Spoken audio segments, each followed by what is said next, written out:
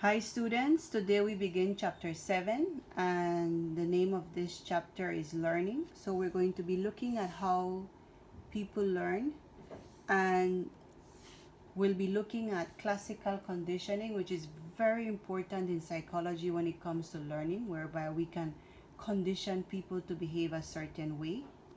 We'll also look at operant conditioning, how um, we can bring about behavior either by reinforcing it or having punishments, and then we could change people's behavior. And another way of learning, which is very important in psychology, is observational learning. Today we will cover classical and operant conditioning, and then in the next session we will be doing observational learning, factors that affect learning, and learning and health and wellness. So let's begin today's session. Learning. What is learning?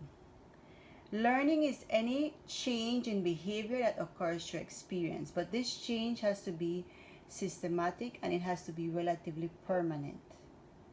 And there are different ways we can get people to learn: through behaviorism, associative learning, conditioning their minds, and through observing. Because believe it or not, children can learn by just observing. Sometimes they look at the way their parents behave and they model that behavior. So the types of learning we are going to look at today are classical conditioning and operant conditioning. Classical conditioning has to do with association and how we can condition people to behave a certain way. On the other hand, operant conditioning has to do with consequences. Whatever consequences that behavior has would cause a person to learn that that behavior is either a positive one or a negative one. In the first image, you could see two stimulus there. The first stimulus is the doctor's office, and the second stimulus is a shot.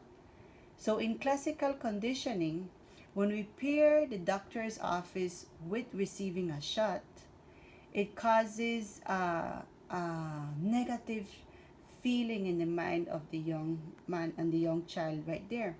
So what happens, the child associates going to the doctor with getting a painful injection. So afterwards, in just stepping a doctor's office would cause the child to believe that he will get a shot, and so he gets these negative feelings towards a doctor's office, and that has to do with classical conditioning. In the next image, we see behavior and consequences. And here, this young lady has noted that if she does well in a swimming competition, which is her behavior, it becomes associated with getting awards. So the consequences of doing well in swimming has caused her to want to continue doing it because she gets positive consequences when it comes to that. So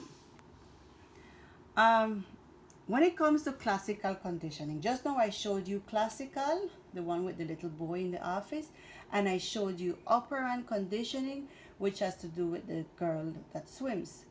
But now let's focus on classical conditioning. Classical conditioning helps to explain involuntary behavior. It has to do with an unconditioned stimulus, an unconditioned response, a neutral stimulus, a conditioned stimulus, and a conditioned response. At this point in time, you might be saying, Miss, what do you mean by those terms? Well, right now, when we look at Pavlov's experiment that he did with dogs, you will be able to understand these terms better. There's also acquisition. Acquisition is an unconditional stimulus produces an unconditioned response. This means that you don't have to teach somebody to behave this way. It just comes naturally. For instance, when a dog sees food, it salivates. You didn't have to condition the dog to salivate when he saw food. Neutral stimulus is paired with an unconditioned stimulus. After pairings, the neutral stimulus produces a conditioned response, and the neutral stimulus has become a conditioned stimulus. Acquisition. This means that you acquire a way of doing things. The bell. Let me go into the the picture here so you can understand what I'm saying. Okay, this experiment was done by Pavlov, and he noticed that food is an unconditioned stimulus. There we have the food, and then we have the unconditioned response, which is the dog salivating. So you didn't have to do anything for the dog to salivate. The dog knew that. Then what happened? Pavlov started pairing a neutral stimulus with he started using only the neutral stimulus, which was the bell. And he rang the bell and rang the bell and rang the bell, and he noticed that there was no response in the dog. He did not salivate. So this is before conditioning. So what Pavlov did, he conditioned the dog.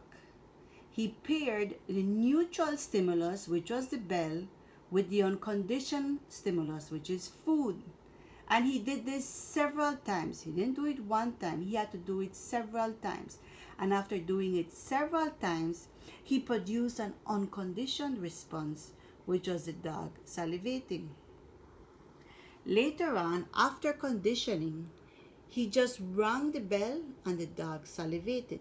Therefore, the neutral stimulus, which was the bell, became a conditioned stimulus, and it produced a conditioned response, which was salivating. So if we go back to the acquisition that I was telling you about, let's go back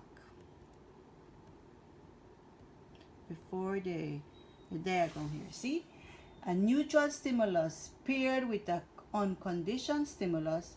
After pairings, the neutral stimulus produces a conditioned response, and the neutral stimulus has become a conditioned stimulus. So what happened? Acquisition occurred because Pavlov conditioned the dog to respond to the neutral stimulus, which became a conditioned stimulus, which was the bell. Okay, so let's look at this other terms here.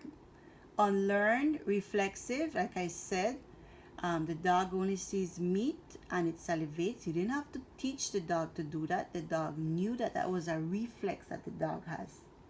Then the neutral stimulus is the sound of Pavlov's bell prior to pairing it with meat powder.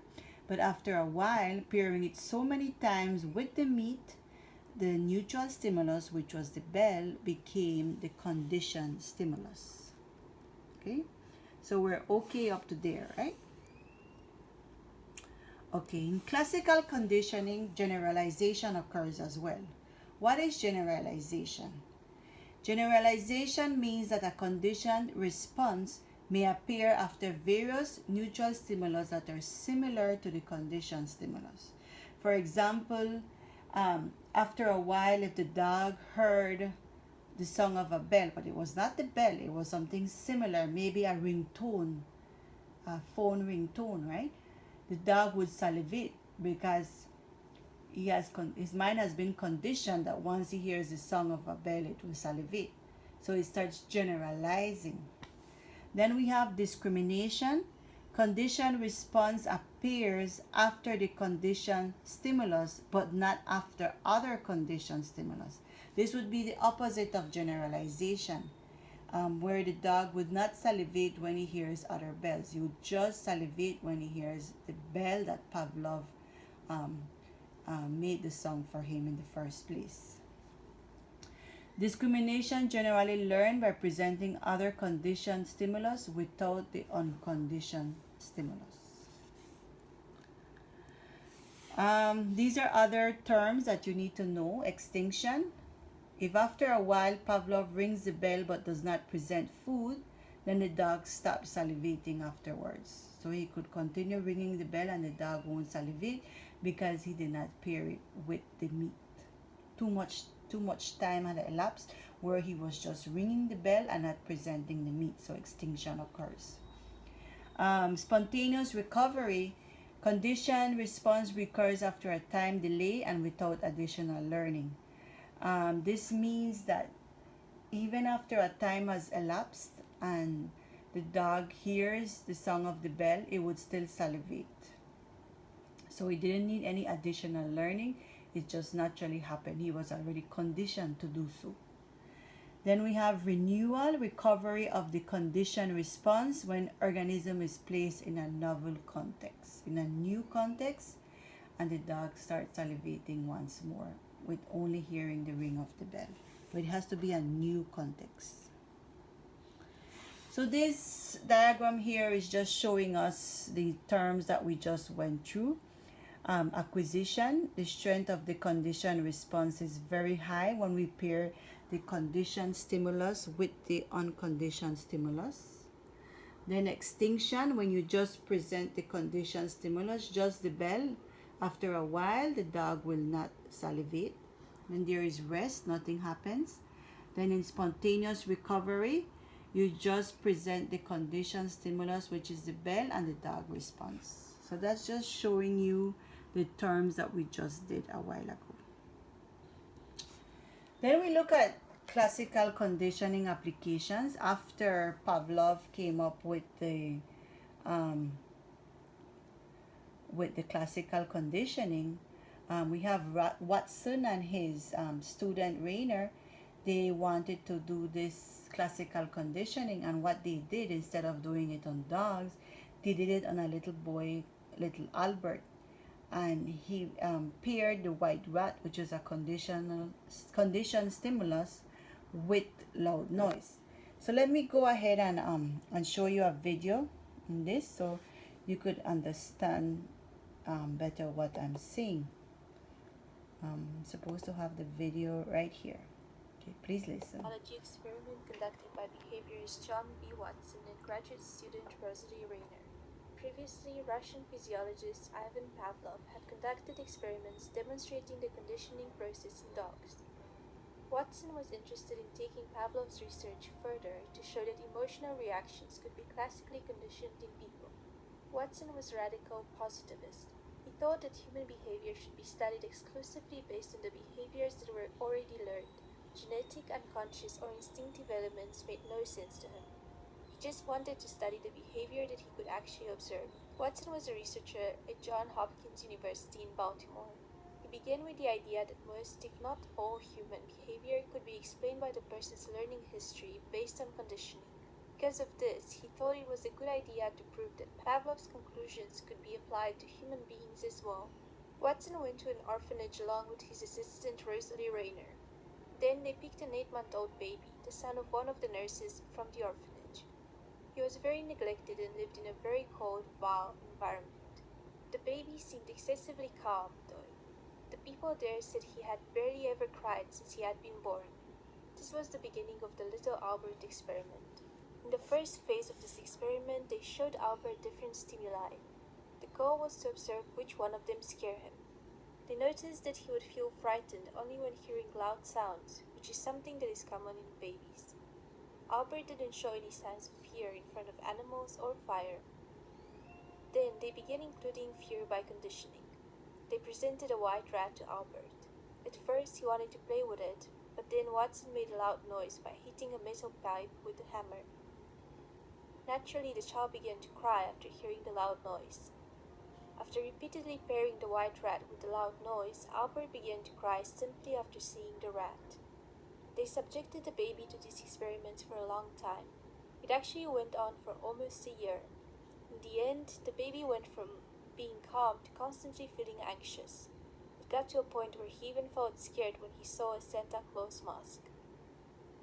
During the second part of the experiment, Watson decided to revert to conditioning. However, that never happened, as he was dismissed by the university due to his controversial experiment and for having started a romance with his assistant.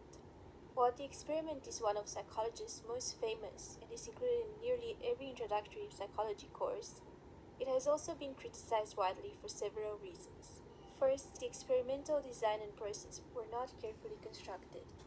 Watson and Rayner did not develop an objective means to evaluate Albert's reactions, instead relying on their own subjective interpretations. Secondly, the experiment also raises many ethical concerns. The Little Albert experiment could not be conducted by today's standards because it would be unethical. The question of what happened to little Albert has long been one of psychologists' mysteries. Some envision the boy growing into a man with a strange phobia of white, furry objects.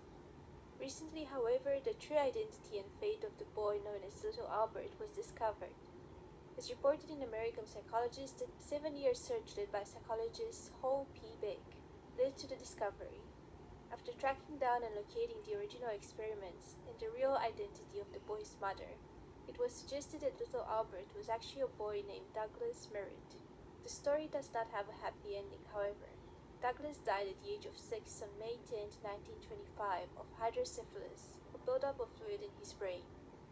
In 2012, Beck and Alan Friedland published their discovery that Douglas Merritt was not the healthy and normal child that Watson described in his 1920 experiment. Instead, they found that Merritt had suffered from hydrocephalus since birth and presented convincing evidence that Watson knew about the boy's condition and intentionally misrepresented the state of the child's health. These findings not only cast a shadow over Watson's legacy, they also deepened the ethical and moral issues of this well-known experiment. In 2014, doubt was cast over Beck's and Friedland's findings when researchers presented evidence that a boy by the name of William Barger was the real little Albert. Barger was born on the same day as Merritt, to a wet nurse who worked at the same hospital as Merritt's mother. While his first name was William, he was known his entire life by his middle name, Albert. While experts continue to debate the true identity of the boy at the center of Watson's experiment, there is little doubt that little Albert left a lasting impression on the field of psychology.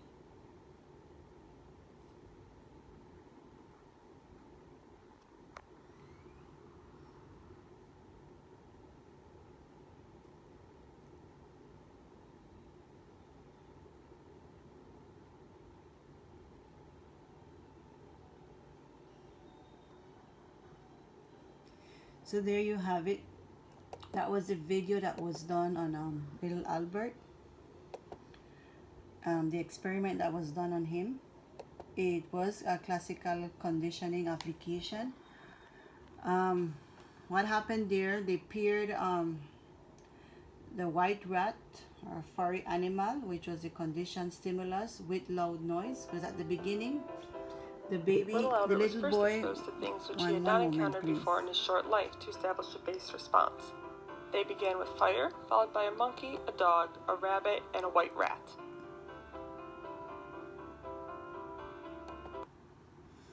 Okay, so what happened is as I was stating, at the beginning the baby was afraid of loud noise, but what Watson did, he kept on pairing it with a white rat. That after a while, the little Albert would just see the white rat and he would be very fearful and afraid and would start crying. So that is how it's believed as well that fears are instilled in people. Fears are learned. It's a learned behavior. Today, that experiment is criticized because it was not an ethical experiment. Watson stated that he was going to reverse the classical conditioning that occurred, but he was unable to do so because he wasn't able to finish his experiment. So, but that just shows us an example of how classical conditioning happens in people as well, not just animals. He wanted to apply what Pavlov had been saying in his experiment with the dog. We also need to look at operant conditioning, and we need to know the difference between operant and classical. Classical has to do with involuntary behavior, and operant conditioning is better at explaining voluntary behaviors. In operant conditioning, we can see that there are consequences of a behavior, and the probability of that behavior occurs again depending on the consequence. Let's look at the other slide. We have Thorndike's law of effect, which states that consequences strengthens or weakens a stimulus response connection. So whatever consequence you have, it could either strengthen that relationship or you could weaken it. And B.F. Skinner was very interested in this, and he did an experiment on rats. If you could go online and look at this experiment, it would be very good. It would be very helpful so that we can discuss it in our session on Monday in the chat room. We move on to reinforcement. So in operant conditioning, it entails both reinforcement and punishment. And what reinforcement does, it increases behavior. In operant conditioning, reinforcement could be either positive or negative. And you might say, Miss, how can it be negative? Well, let me explain both of them to you. Positive reinforcement is any behavior followed by a rewarding consequence. So here in positive reinforcement, a rewarding stimulus is added. For example, if you do well on a test and your parent says, okay, let me use an example. Okay, Adriana, if you bring me 100 on your test, I will give you $50 for that 100. So this is an example of positive reinforcement. You're adding a stimulus, a rewarding stimulus is added, and it will cause you to want to continue doing well in school. We also have negative reinforcement, and this is behavior followed by a rewarding consequence. An aversive, unpleasant stimulus is removed. Let me give you an example of that. Okay, Ashton, you did very well in your grades this semester. So what I will do, I will take away all your chores for summer. Now that is a negative reinforcement. An aversive stimulus is removed. So what will happen, Ashton will want to continue doing well in school because he doesn't want to wash up dishes. He doesn't want to be doing chores at home. That is reinforcement. And here we just have examples of it. Like for instance, let's look at the first one. It says you turn in your homework on time. The positive reinforcement, rewarding stimulus is provided. Teacher praises you for your performance, and then for your future behavior, you increasingly turn in homework on time. So see, a stimulus was added there. The praise was added. Then we look at negative reinforcement. There are 3 examples, but I'm just going through one for each. For negative reinforcement, it says you turn in your homework on time. The unpleasant stimulus removed. Teacher stops criticizing late homework. And then you increasingly turn in homework on time. So those are examples of positive reinforcement and negative reinforcement. So these increases behavior because you want to continue getting these types of reinforcement. There is also avoidance reinforcement. By making a particular response, a negative stimulus can be avoided. And learned helplessness, an organism learns it has no control over negative outcomes.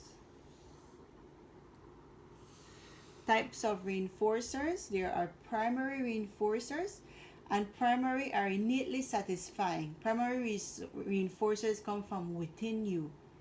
You saying, okay, I want to do well because I know it's good for me. So you're not expecting anything. You just know it's good for you. It's good for your future. And secondary reinforcers become satisfying through experience, repeated association with a pre-existing reinforcer. It has to do with a token economy. I want to do well because my parent will give me a car, or my parent will buy me more clothes, or my parent will do this for me or do that for me.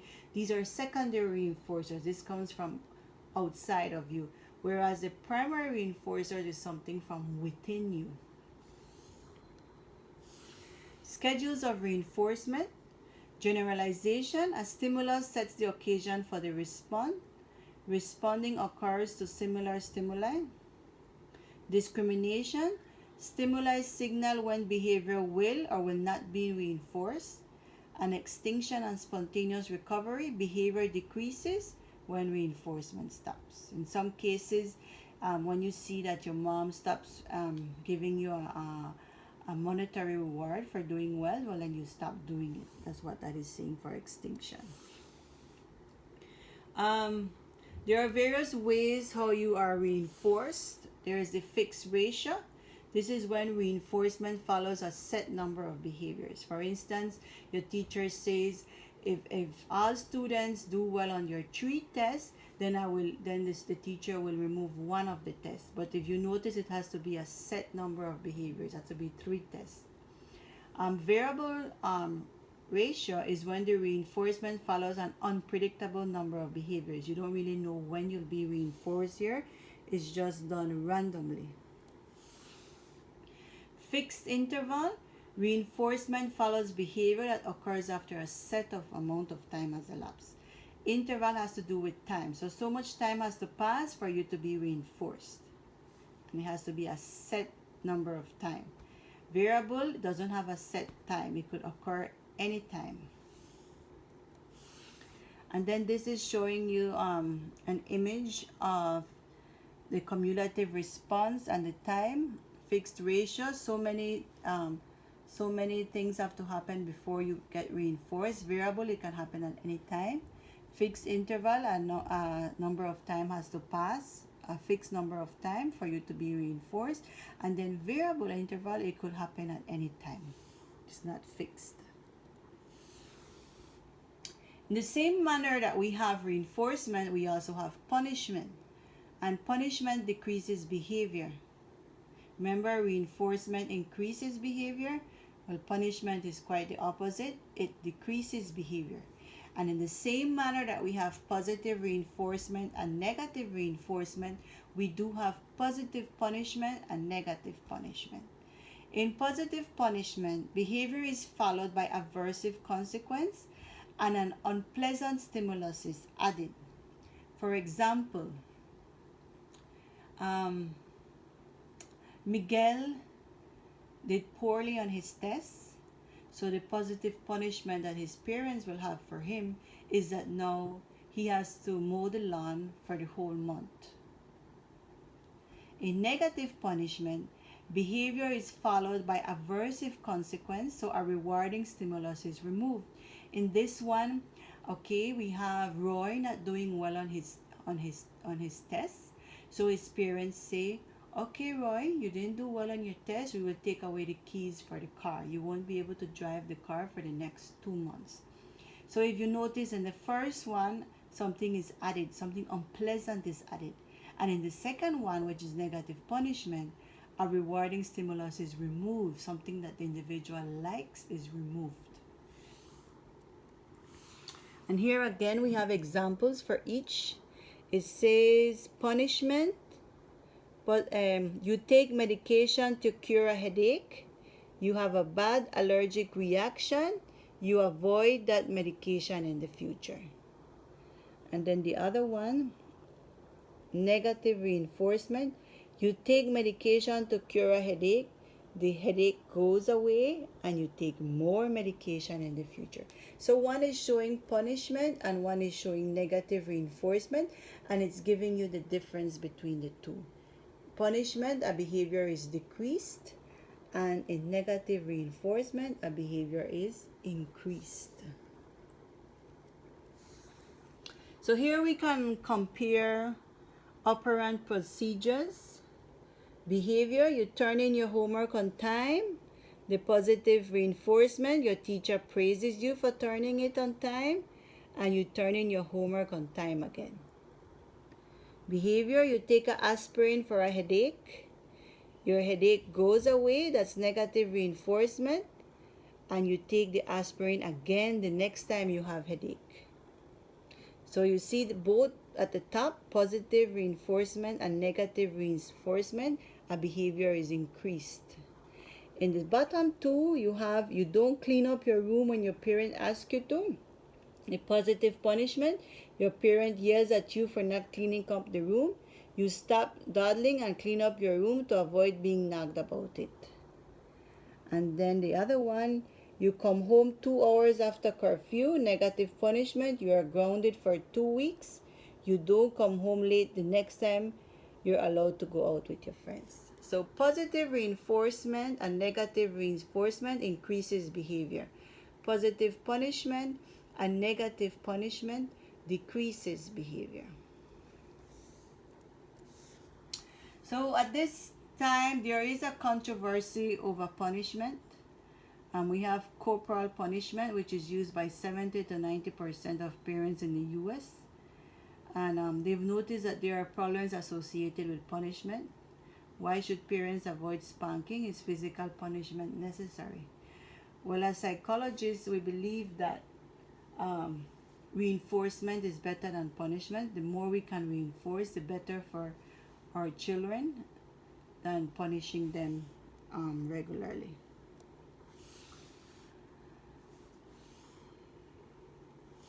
The other topic that has to do with learning is observational learning. And this is learning that occurs when a person observes and imitates behavior or models a behavior. Albert Bandura's social cognitive theory. For assignment, I would like you to look up the video on Albert Bandura so that for next class, when I put it up on Moodle, you're able to follow along pretty easily. As you can see, we managed to carry out two of our objectives. The first one was classical conditioning. And just a little review for you. Classical conditioning has to do with involuntary behavior. And it has to do with a conditioned stimulus and an unconditioned stimulus. And we also had, it showed how we can condition people and animals to behave a certain way.